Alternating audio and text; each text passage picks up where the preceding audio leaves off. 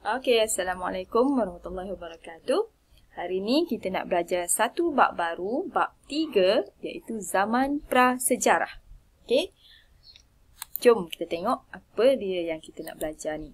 Okey, di akhir PDPC ini insya-Allah pelajar akan dapat menjelaskan maksud zaman prasejarah dan juga menjelaskan ciri-ciri dua zaman prasejarah.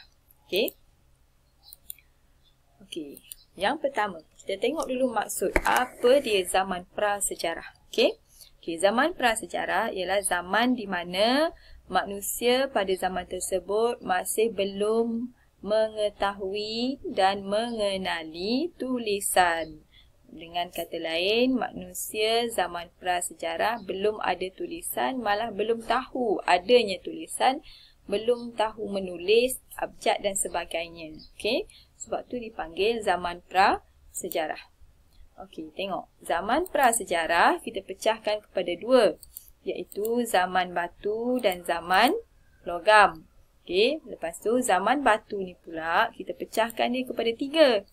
Zaman paleolitik, zaman mesolitik dan zaman neolitik. Okey.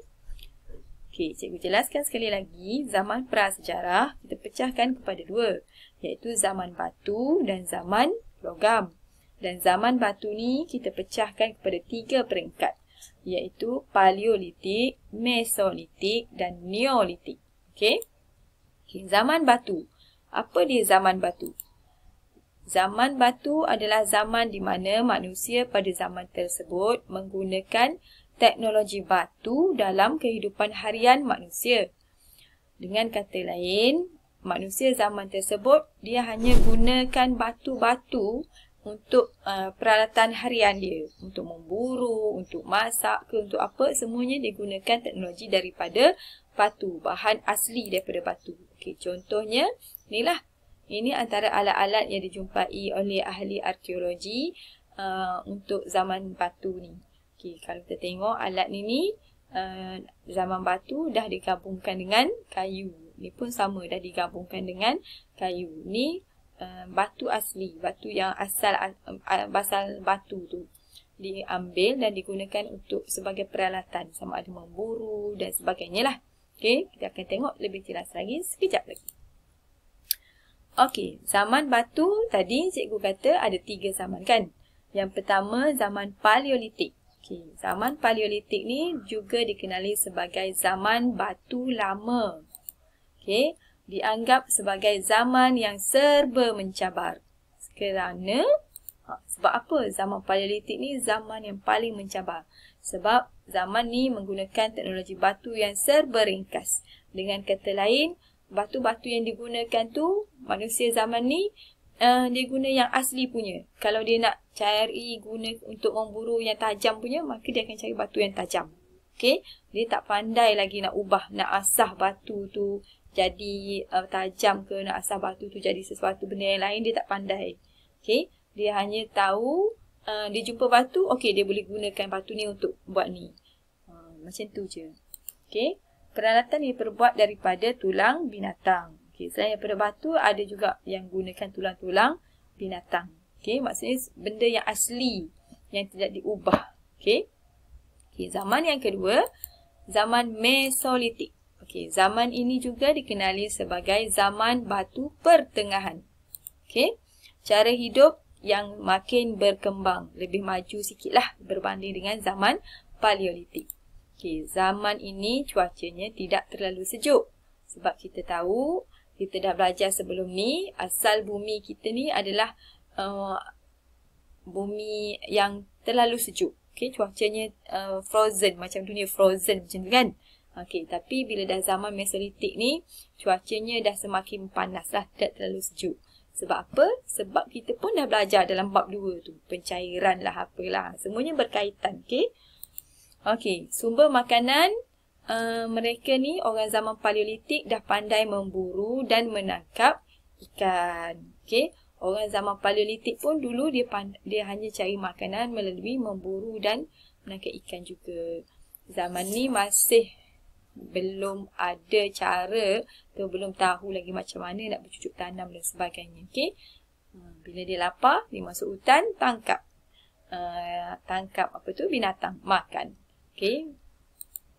Kita tengok zaman yang ketiga ialah zaman Neolitik. Okey, zaman Neolitik dikenali sebagai zaman batu akhir. Okey, tahap perkembangan teknologi dan corak kehidupan yang lebih baik. Okey, teknologi di sini bukanlah merujuk kepada teknologi seperti hari ini. Kalau kita sebut teknologi hari ini, canggihlah dengan handset, laptop dan sebagainya. Tapi teknologi yang dirujuk di sini adalah peralatan yang sesuai yang digunakan pada zaman tersebut. Okey, kalau zaman batu, teknologi yang digunakan batulah. Okey, wujud kawasan penempatan. Dah ada kawasan-kawasan penempatan pada zaman Neolitik. Kalau zaman Paleolitik dan Mesolitik, mereka ni masih hidup secara nomad. Nomad tu maksudnya berpindah randah. Okey. Paleolitik dan Mesolitik, masyarakatnya masih hidup secara nomad atau berpindah randah. Okey, tapi zaman Neolitik dah ada kawasan penempatan. Sebab apa? Sebab mereka dah pandai bercucuk tanam, membuat tembikar dan menternak binatang. Okey, dah berbeza. Sebab itulah zaman ni, zaman Neolitik ni, corak kehidupan dia lebih baik. Okey, sebab dia tak mengharapkan daripada makanan daripada sumber asli. Dia dah pandai dah hasilkan makanan dengan cucuk tanam. Lepas tu buat tembikar untuk masak apa semua kan. Lepas tu nak menternak binatang, nak makan ayam, ternak ayam.